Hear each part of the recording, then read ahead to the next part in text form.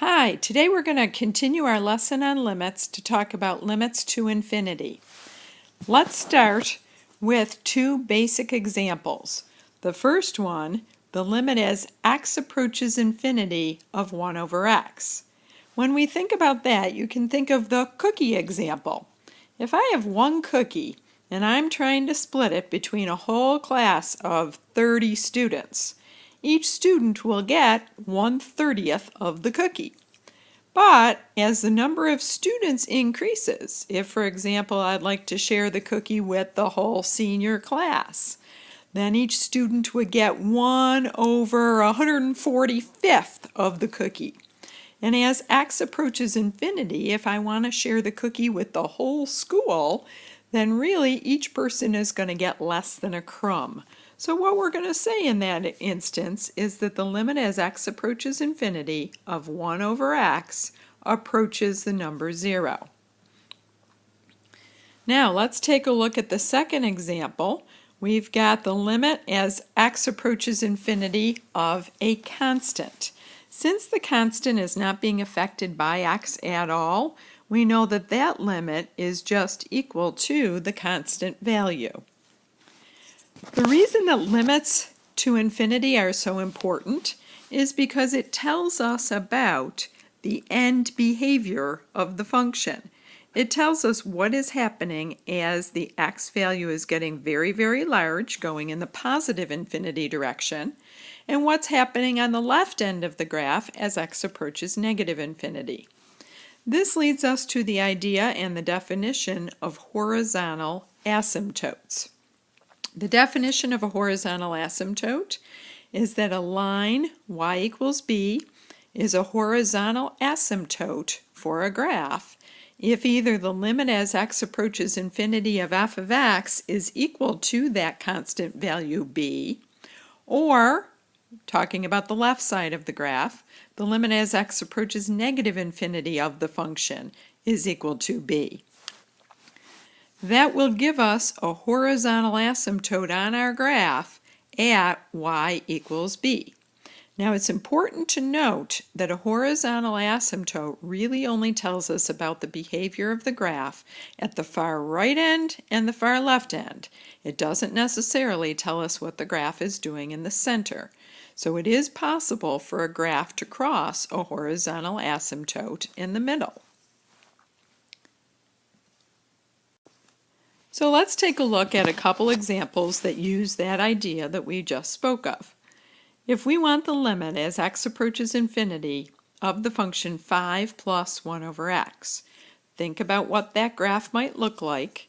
We've been talking about the function 1 over x as, of course, a hyperbola, but if I've added 5 to it, really we've just shifted that hyperbola vertically. So I can do the limit by splitting this into two separate limits. This would be the limit as x approaches infinity of the number 5 plus the limit as x approaches infinity of the function 1 over x. We can split limits up like that when we have sums in between. So the limit as x approaches infinity of any constant is just going to be that constant. The limit as x approaches infinity of the function 1 over x, again think of our cookie example, 0. So when I add those two limits together, I see that this would equal 5. Again, that makes sense because we know that this function is a hyperbola that's been shifted vertically 5 units. So our horizontal asymptote would be the line y equals 5. Our normal hyperbola, y equals 1 over x, would have a horizontal asymptote at 0. So in effect, we've just shifted our horizontal asymptote up 5 units. Now let's take a look at the second example that's a lot more complicated, but we can simplify it when we think about this function and rewriting it.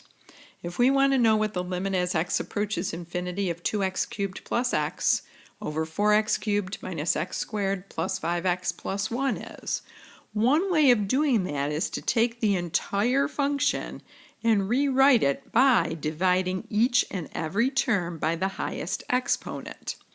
The highest exponent, or the variable with the highest exponent is x cubed in this problem. So if I rewrite everything by dividing the numerator and denominator by x cubed, I would have 2x cubed divided by x cubed, which is 2. X divided by x cubed, which would be 1 over x squared.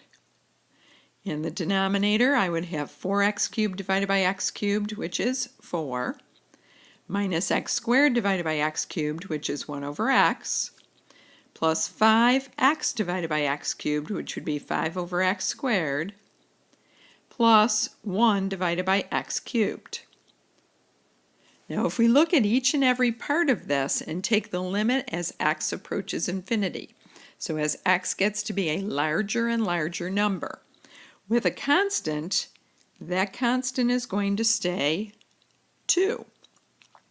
The limit as x approaches infinity of 1 over x squared, however, as my denominator gets larger and larger, 1 divided by a larger and larger number would actually go to an answer of 0. I guess I drew that arrow in the wrong direction. In the denominator, I would see that I have a limit of 4 because that's a constant. The limit as x approaches infinity of 1 over x is also going to go to 0. 5 over x squared is going to go to 0, and 1 over x cubed is going to go to 0 as well. So my final answer for this one is 2 over 4, which of course reduces to 1/2. That tells us that we're going to have a horizontal asymptote at the line y equals 1/2. Now, back when you were in pre-calculus, you learned some rules for identifying the limits to infinity. So I'd like to review those now so that you can use them also in calculus. So remember that these rules for limits to infinity apply to rational functions, or fraction functions. The first part of the rule applies when the numerator and the denominator have the same degree. When that's the case, we might have an example that looks like this. The limit as x approaches infinity of something like 2x squared plus x minus 1 over 3x squared minus 4x plus 2. In this case, when the numerator and the denominator have the same degree, what we do is look at the coefficient of the term that has that same degree, the leading coefficients, and we take that ratio. So this limit would be equal to 2/3. Again, what that means is that we'll have a horizontal asymptote for this function at the line y equals 2/3. The answer for the limit is 2/3, but that gives us the additional information that there's a horizontal asymptote for the function at y equals 2/3. So whenever the numerator and denominator have the same degree, then we just take the ratio of the coefficients of the leading term in each polynomial. If the degree of the denominator is bigger than the degree of the numerator, sometimes we call that in calculus bottom heavy. Bottom heavy just means my exponent in the denominator is bigger. So I might have an example looking like this. The limit as x approaches infinity of x plus 1 over 3x squared plus 2x minus 8. In this case, I could go through the same process that I did previously and divide by the highest power of x. So if I'm dividing everything by an x squared, I would have the limit as x approaches infinity of, the highest power is an x squared, so it would be a 1 over x plus 1 over x squared over 3 plus 2 over x minus 8 over x squared. Each term that has a power of x in the denominator, when I take the limit as x approaches infinity, would approach 0. So all of these terms would approach 0 as x approaches infinity. So therefore, in the numerator, I would have an answer of 0, In the denominator in this example, I would have an answer of 3, so the answer for my limit is 0. Whenever the degree of the denominator is bigger than the degree of the numerator, this will happen. All the terms in the numerator will end up going to 0, but I'll end up with a constant in the denominator. So in these examples, the horizontal asymptote would be the line y equals 0, which is of course the x-axis. In the last part, we're going to see that when I have the degree of the numerator bigger than the degree of the denominator, then the answer for the limit in any of these cases is either going to be plus or minus infinity. So in this case, what's going to happen is my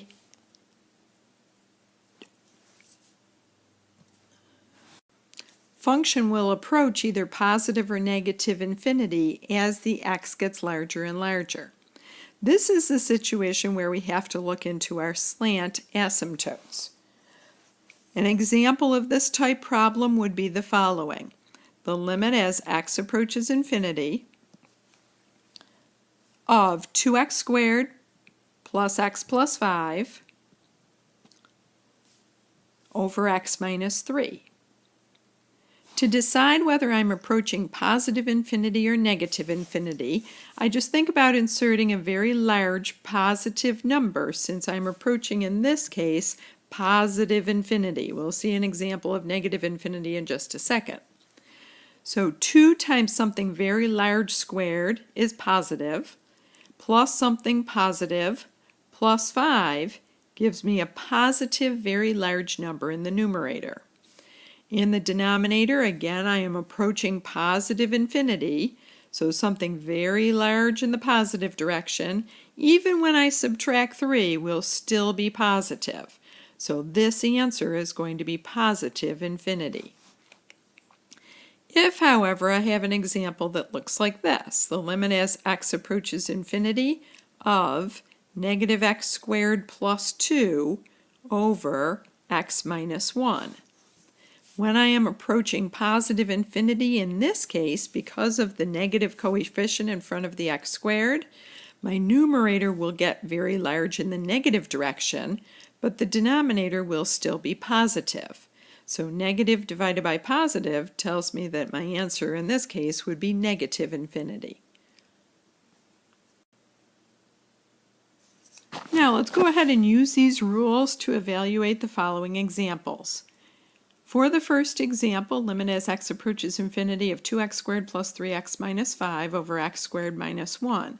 I see that the numerator and denominator have equal exponents, so therefore I'm looking at x squared.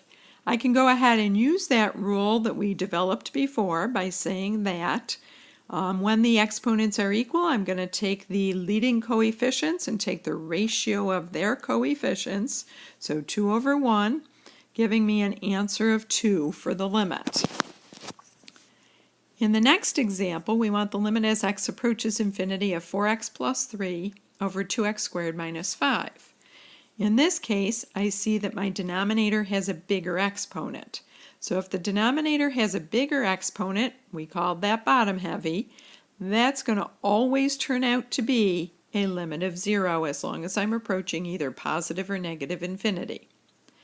In the third example, I see that I'm approaching infinity with x, and my numerator has a bigger exponent than the denominator. In this case, my answer has to turn out to be either positive or negative infinity. So if I put a very large positive number in for x in the numerator, I'm getting a positive answer. In the denominator, also a positive answer. So that tells me that this answer would turn out to be positive infinity. Let's add one more example in which we look at what happens when we are approaching negative infinity in the case above. So for example, let's say that we've got 4 minus x over x cubed plus 5. Since I am approaching negative infinity, now I have a larger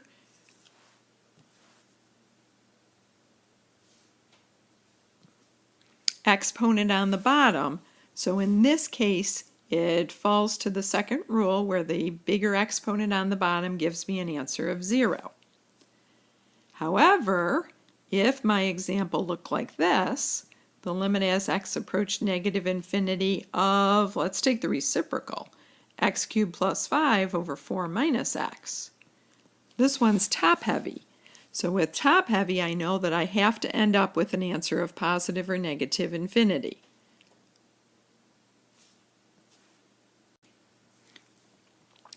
So let's go ahead and substitute a large negative number in for each x. When we cube a large negative number, we're going to get a very large negative number in the numerator. In the denominator, 4 minus a negative number is going to give me a positive answer. So this limit is actually going to turn out to be negative infinity. Now let's go back to that idea of a slant asymptote and how we go ahead and find the equation for the slant asymptote. I'm looking at the example that we had above where it was top-heavy. Anytime I have a top-heavy function, I'm going to take that numerator, 2x squared minus x plus 1, and I'm going to divide it by the denominator, x minus 1.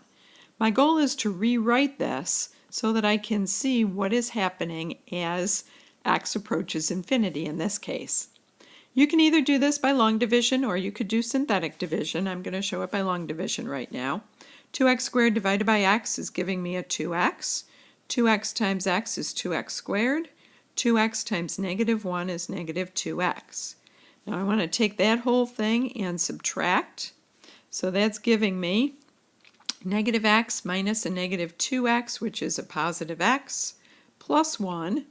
Take my x and divide by the x that I'm doing the division on, and I get a plus 1.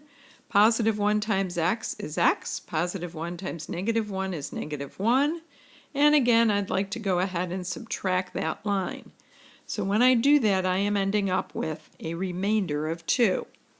What that tells me is that my slant asymptote is going to have the linear equation y equals 2x plus 1. When I rewrite this, this is just going to be the limit as x approaches infinity of 2x plus 1 plus 2 over x minus 1. Looking at the limit again, in this case, we can say that the fractional part is going to approach 0 as x gets very, very large.